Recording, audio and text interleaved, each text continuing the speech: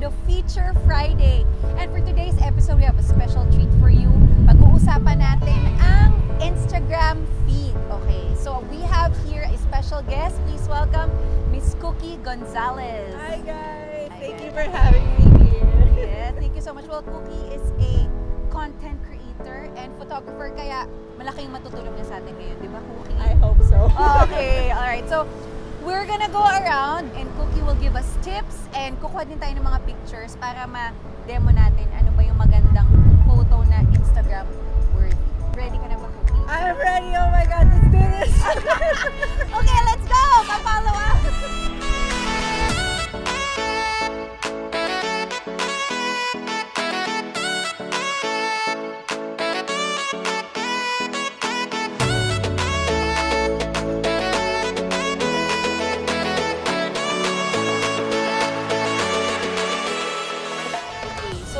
Kanina, di ba, while we were doing the shot dun sa may magandang painting na background, you were mentioning about lighting, Yes. how it was hitting my face. So, in terms of lighting, ano ba dapat yung principles? Ano ba yung tamang ilaw?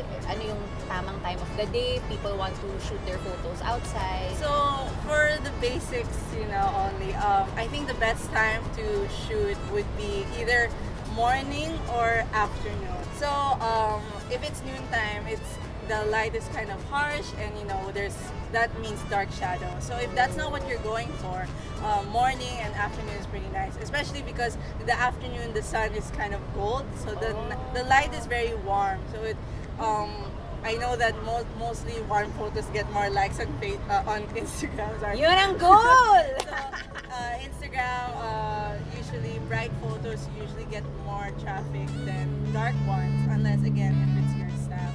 So make sure that the lighting is not too harsh, but at the same time you really need lighting, because if you don't have lighting, especially for smartphones, it gets grainy.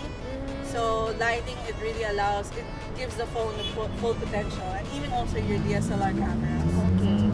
So if let's say ako yung subject, sarili ko, di ba, magpapapicture ako sa friend ko, saan dapat mag-hit yung, pag naririnig ko kasi find your light. So, what does that mean? Saan ba dapat mag-hit yung light? Sa face ko or sa kung saan man, sa subject? Well, it kind of depends on someone's, face shape and also, how someone looks. But the most simple would be either from the side or like 45-degree angle. So never directly? Well, it really depends, again, on the person's face shape. Sometimes, yes, a lot of people, it works with them, but most of the time, side lighting is a lot better than having it dead straight on your face. Okay, ang dami nating natututunan. So we're gonna go get more photos and then more tips. So, let's go. Okay.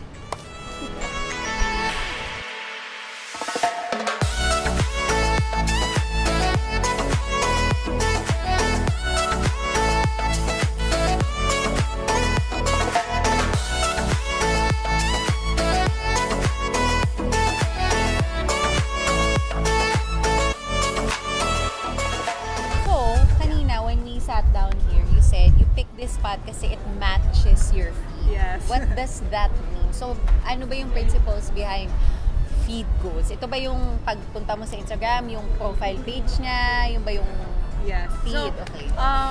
Well, everyone has their own style. So for me personally, I like neutral colors, mostly white, gray, and black, but prominent white. So whenever I shoot for Instagram in particular, I always think about, okay, I need a white space or a gray space. So that helps me in terms of looking for a location, and and also even with my clothes or with the person I'm shooting and their clothes. So again, I see how the outfit correlates with the background. So when people go on my feed, they can automatically, when they scroll through it, they automatically see the colors that I want, the style that I have. So yeah, I think, but everyone can choose their own, whether it's blue or green or yellow or orange. It depends on everyone.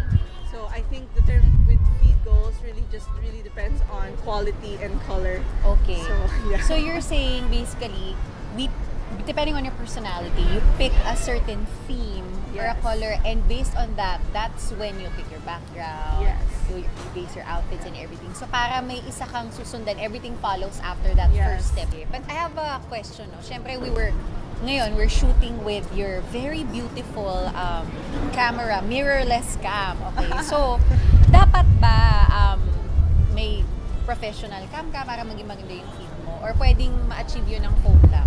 Actually, yes, you can actually achieve a very good feed with just your smartphone. And I think the key to that is, again, lighting. If you have a lot of light, you're good to go. Light, and you're good to go. So theme, light, and everything else Yeah. will follow after that. Yeah. Okay. So pinag-usapan natin yung lighting, theme, background. Ngayon, what about composition? So kung tao, dapat ba saan siya pupwesto? Sa gitna? Or saan siya dapat yung composition ng yung magandang picture? Well, for the basics, center is like one of your go-tos, and sometimes I see people that they put them in the center but very off-center. Okay. So some people, they actually notice that. Uh-huh. So there's also this thing called rule of thirds. Rule of thirds. Okay. So on your phone, you can turn on the grid, and then you place your subject in the intersecting lines, so in where the crosses are. So that really helps in terms of composition, and it really gives a different feel to any kind of photo, especially even portraits. Okay. So there's also a foreground and background. You know, you place either your subject in the front, and then the Okay. background is blurry or a little blurry, and then you can also put something in front of your subject that's blurry, and then your subject is highlighted because your subject is the only thing that's in focus. So there are like some things that you can do for your Instagram to just give it a little, push. Yeah. Okay. Little. Eh, what if, halimbawa, gusto ko sa feed ko, ayoko naman ng puro mukha ko, ayoko ng tao, di ba? So, paano kung object yung gusto kong kunan ng picture? If you want to shoot objects, it's kind of like actually shooting with people. You need components that complement your subject. So example, if I want to shoot my iPhone is gold, so I like shooting my iPhone with coffee because they kind of have the same color. Yeah. And but I like shooting it, of course, on a white table, or so that it really stands out. But if, for example, you're shooting coffee, you can have like a pastry beside it, because again, it really complements what you're focusing on. So when you're taking pictures of subjects, again, you just think about what's around it, what is it on, does it complement your subject? So that's really... So, dapat bagay ang mga tao. Ay, tao ba? Bagay. Kami na asawa ko bagay sa picture. Okay. Bagay, nagko-complement with each other. Okay. So, ang dami nating natutunan ngayon. Thank you so much, Cookie, Thank for you. sharing your passion with us. So, I'm sure our viewers will learn a lot. And hopefully, we'll be back for another episode of Feature Friday. There you have it, ladies and gentlemen. My name is Sonja. Don't forget to like this video if you like this episode, and share it. And of course, if you haven't already, please subscribe to our channel and click the bell button so you'll be notified right away when we come up with a new video. All right, see you on the next episode of Feature Friday. Bye!